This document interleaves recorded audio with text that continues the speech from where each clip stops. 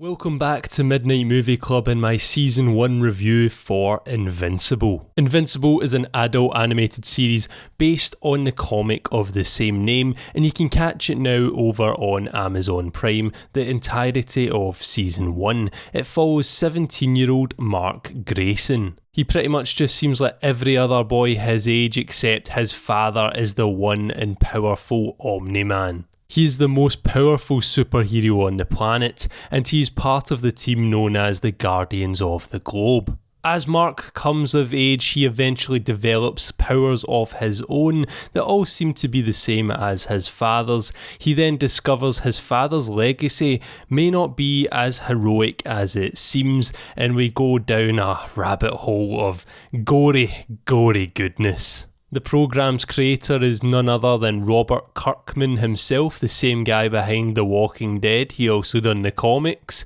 And it stars Stephen Yeun, J.K. Simmons, Gillian Jacobs, Mark Hamill, Zazie Beetz, Walton Goggins, Sandra Oh, Andrew Rannells, Zachary Quinto, Jason Mantzoukas, I can never get his name right, Clancy Brown, and Seth Rogen and Mahershala Ali. And that's just to name a few.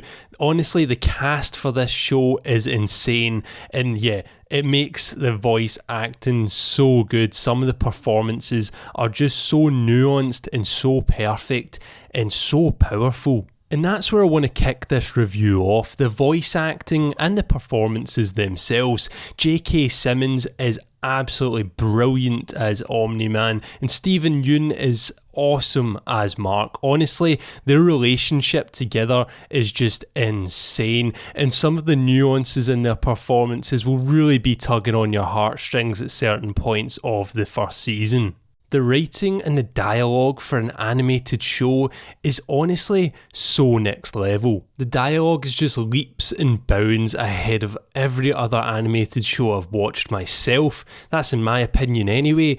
And yeah, in the finale, especially once you've grown with these characters, you know, you've got to know them pretty well over the previous 7 episodes. In that 8th episode, when everything comes to a head and you see their perspectives and you hear their thoughts and you see their emotions and their reactions to what's happening and what they're being put through, honestly, if that doesn't, make you want to shed a tear, then your heart is made of stone, honestly.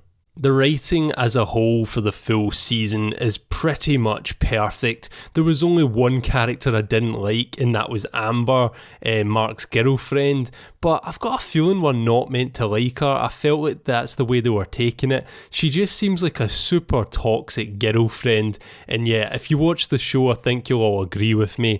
I really did not like her at all. And it was with her that the greatest weakness of Season 1 came, and that was, the girlfriend heroic subplot, where the hero's trying to conceal his identity from a loved one, and he's running around and he's always late for things, all those hero cliches. That's where Season 1 falters a little, but it's never too much to derail the whole narrative of the season. With Amber does come a couple of filler episodes, but the filler episodes that are in here do set up things for later on and for future seasons, so they're never totally redundant. Once they do pay off in the future, we'll look back on those episodes and go, that's what they were setting up there. And they pretty much tell us that in the finale. They kind of round everything up, remind you of everything that's happened and show you what Mark's going to have to deal with in the future. The pacing as a whole for the whole season is just fantastic, and in the episodes themselves it's great too. They never feel like a slug to sit through. I think they're about 45-50 minute episodes, and yeah, they honestly fly by. I feel like I've been sitting watching it 10 minutes and then the credits roll and I'm like, shit, I've got to wait another week. But when the credits rolled at the finale, I was almost in tears because I was like, I've got to wait for the next season now. But Mark as a character, he's someone that could be terribly bland and boring, but he is made more interesting by the writing and the characters around him. Plus Stephen Yeun's performance, it's just awesome. He is all good, like the character of Mark is all good, but not in a Mr. Perfect way. He does fuck up, and he has a lot more growing to do as a person and as a hero. And that's the way I believe it should be. We should never see these people step into a hero role and just be, invincible. He takes on that name, and honestly, maybe you should think of a name change, because at a few points in this season, you'll be thinking, mate, you're far from invincible, I'll tell you that right now. And the character of Omni-Man as well, there's just so many layers there.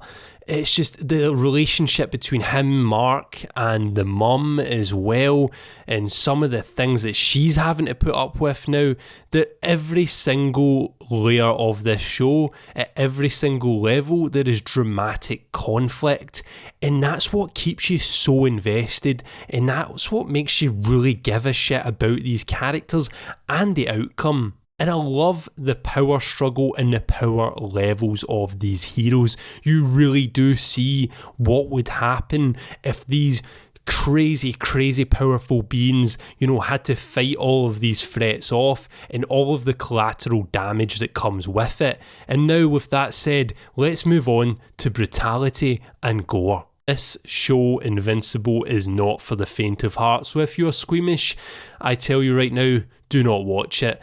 Honestly, there's so much blood and gore, but it's not to the point where it's over the top and useless and it's just there and there's no substance to it. It's not all style, no substance. It's all style, yeah, but there's substance as well, and holy shit, some characters are going to be so traumatically devastated for years to come after some of the stuff we witness in this season. So if you're into the kind of horror aspects of stuff and the gore and blood and guts, you'll love this series. Now let's talk a little bit about the animation. The animation is pretty similar to DC animated stuff. For the most part, it looks fantastic. It's one of the best looking animated shows out there, apart from the weird CG kind of 3D aspects they have to it sometimes. Sometimes when Mark is flying through the city, or we get a establishing shot of his school, they'll go for this weird CG render.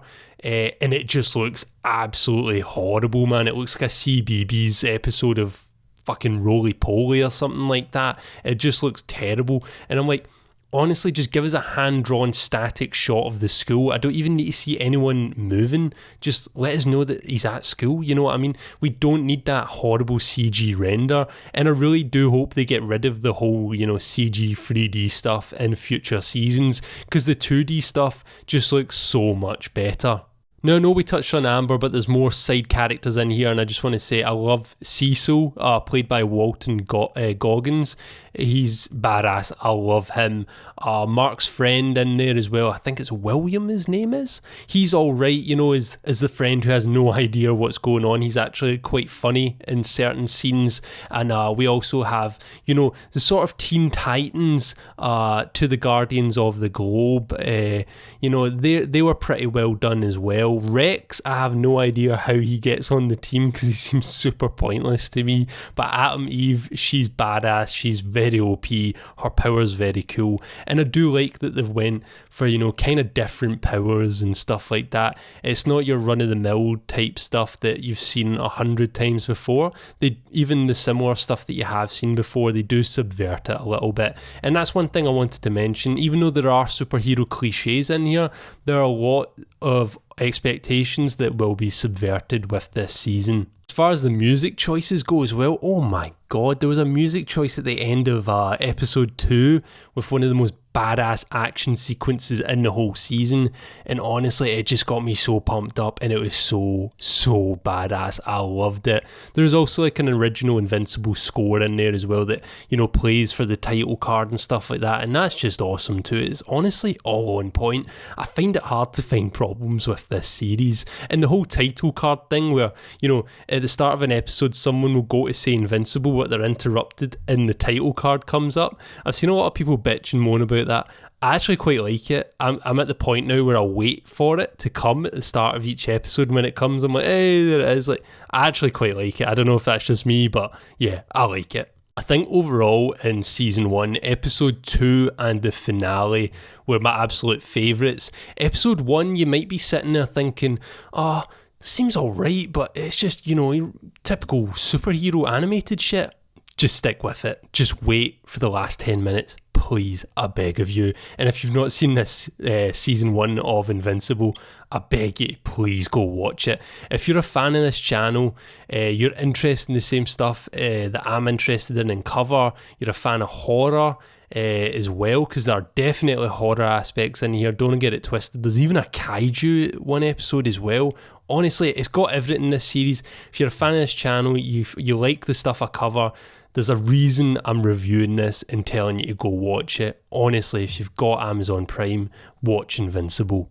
But with all that said and done, I'm going to give season 1 of Invincible a 9 out of 10 rating. The reason it's not a 10 out of 10, it's just that, there's a couple little fillers in there, and even though they are setting things up for the future, it took my eye away from the main narrative that was far more interesting, and obviously the character of Amber, because she really, really pissed me off.